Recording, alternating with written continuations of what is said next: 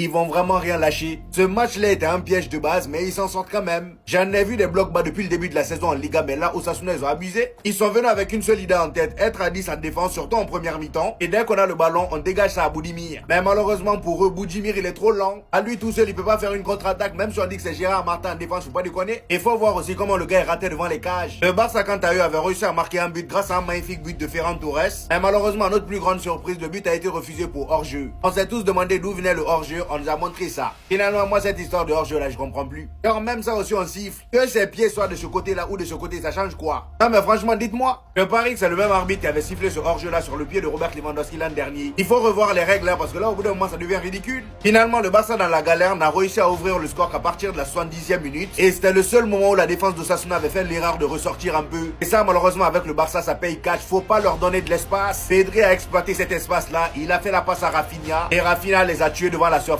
Il n'a pas besoin d'entrer. Juste ce but là a suffi à les faire craquer. Carrément pour le deuxième but de Rafinha, c'est eux-mêmes qui ont fait la passe décisive. Voilà. Malheureusement pour nous, le Barça creuse l'écart de 7 points désormais. Donc déjà qu'on est mort dans le film, si demain encore une fois on perd, c'est cuit. Faut oublier la Liga.